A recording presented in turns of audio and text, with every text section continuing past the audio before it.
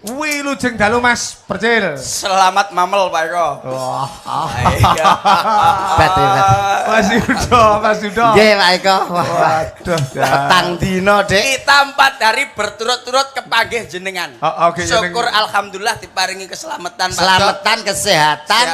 Iso ketemu karo warga sing mapan ning Silorejo. Lek wis awake dhewe ngene iki Mas. Perkara finansial. Nilai nominal ora kangge utama. Ngomong sopo? Loh. Lek wis 4 hari ngene iki awake dhewe ya butuh dekat dengan warga masyarakat. Ngapa cedhek tok lembadok apa? Kok iso ora ndul duit iki lho. Piye to Mas Yudo?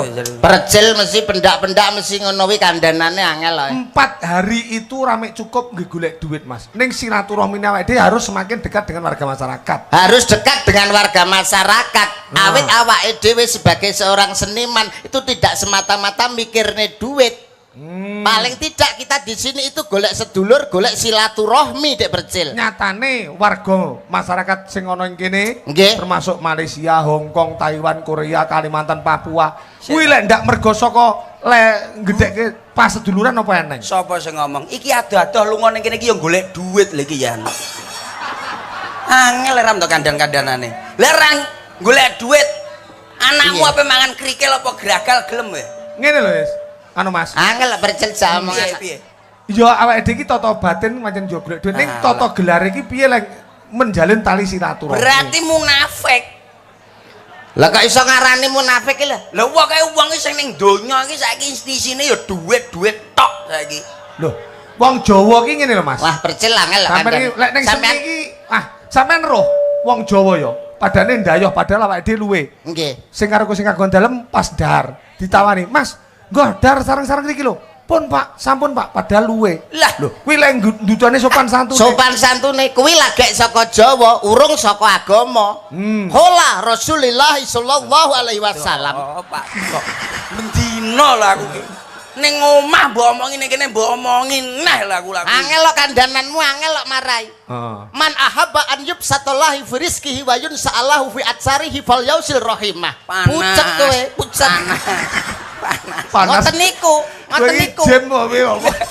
Demit tanggalanmu nggih ngoten niku. Mangan bakso diomongi. Ning kene diomongi. Sing tegese pripun Mas? Sak sapa sing gedhekke silaturahmi kuwi bakal didawake umure, diakehke rezekine. Mula nyambung silaturahmi golek paseduluran. Seniman harus punya prinsip seperti saya. Nek kon milih antarane dulur karo duit, aku milih masuk.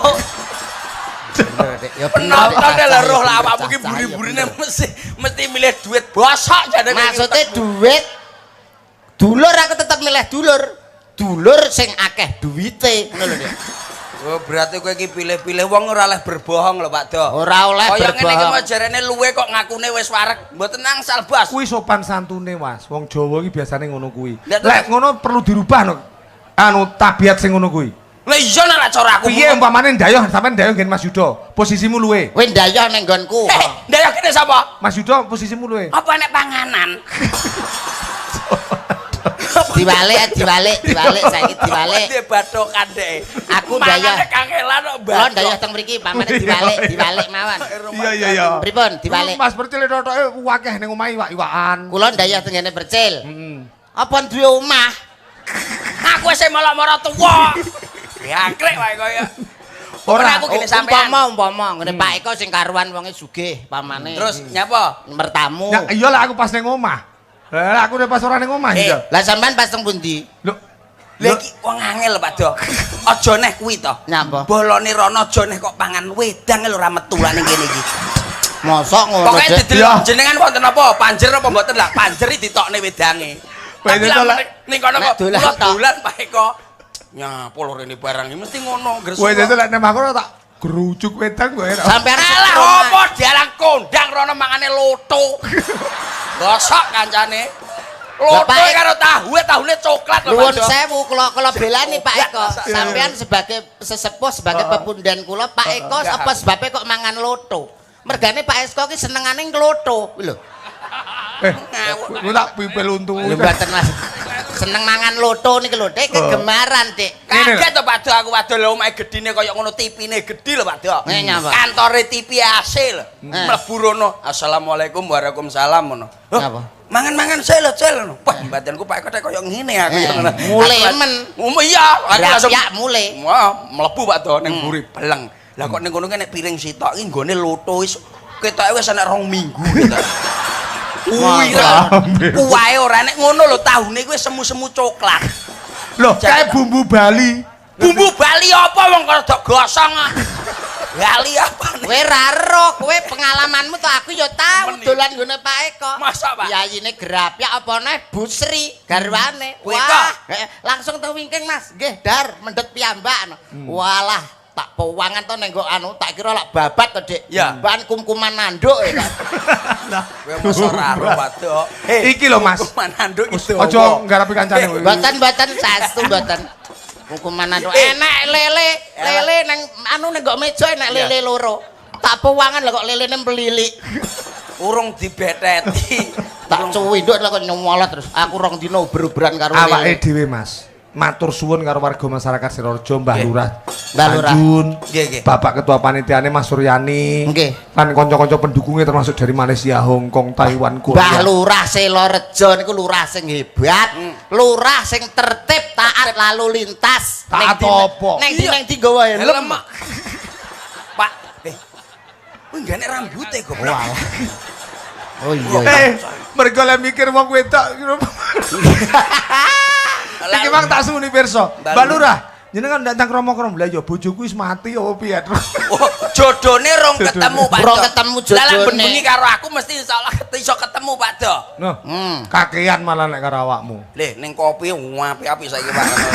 Ora mungkin ngono kuwi tawani Mbak Lurah baru klinting niki. Baru klinting nggih niki. Luar biasa. Niki di pundi mawon? Malaysia. Niki lho.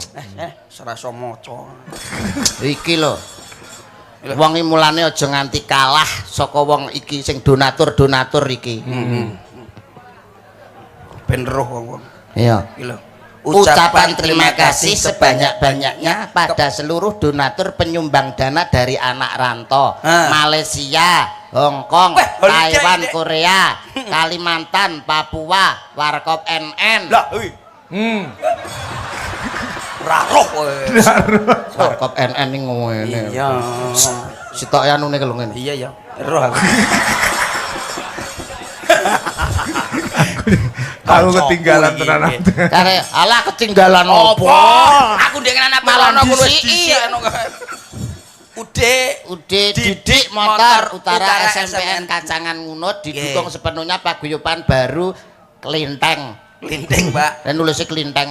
Klinteng dan Pemuda Sidoarjo. Terima kasih untuk semuanya. Ora enek iki ra iso pagelarane kaya ngene iki. Mulane kaya sing mbok omongne mau Mas Percil, duit ki penting, tapi isone wong entuk duit ki masalahe saka kerja. Kerja kuwi luwih penting, motone Pak Jokowi kerja.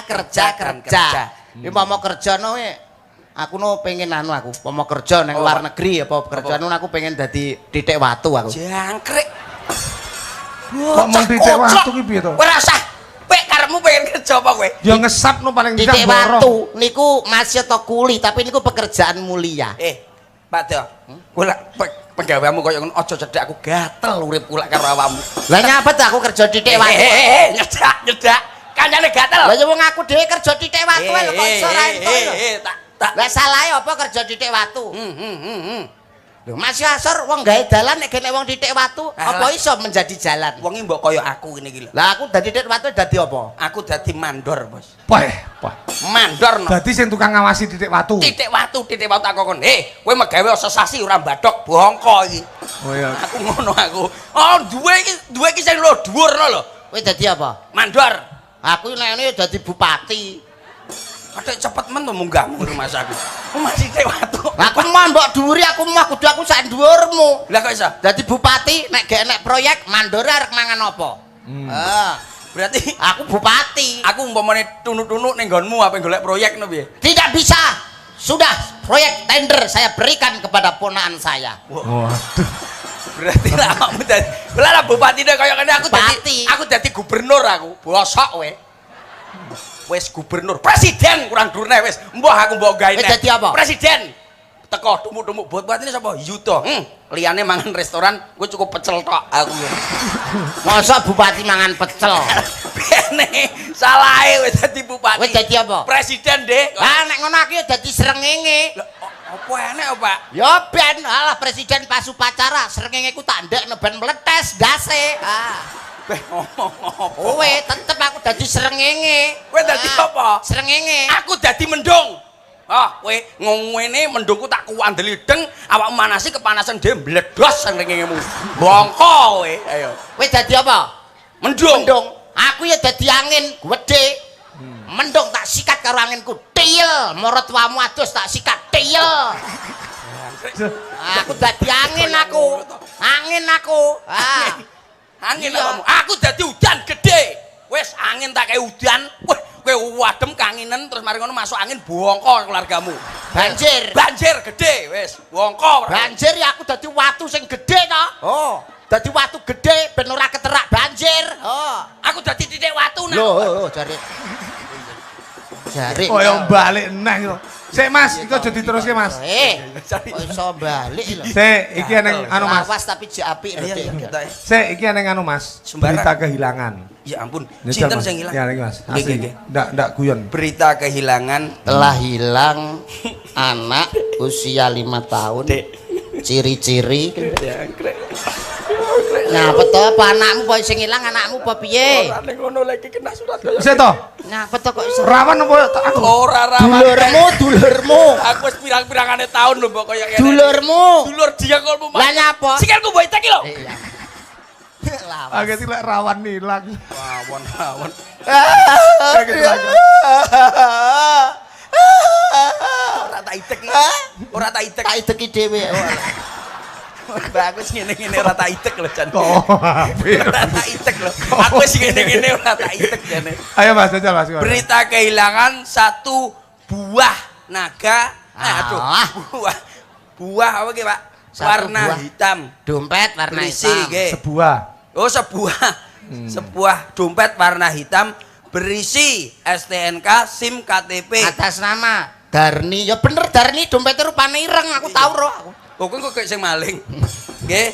Sumberingin Kulon. Barang Barang siapa yang menemukan barangnya Darni tolong dibuang. Ngawur. Tolong hubungi alamat tersebut di atas. Terima kasih yang bertanda tangan di bawah ini. Iya, Dek. Ora kok ning ngono to kowe. Pripun to, Pak? Ya itu yang bertanda tangan iki lho, Pak. Bawah ini lho, Pak. Terakhir niki lho ngandhap niki lho. Oh iya. Pripun? Yang bertanda tangan di bawah ini Nanti lho, Dek. Lho, Dek. Ketok lho, Pak. asem iki. Lah iki lho ngisare ya enek-enek terus. Kami atas nama Oh ya ora enek jenenge iki biasa enek jenenge Mulyono Terop. Biasa ini ya ora enek. Mbak Budarni Sumberingin Kulon. Iki serius iki. Serius.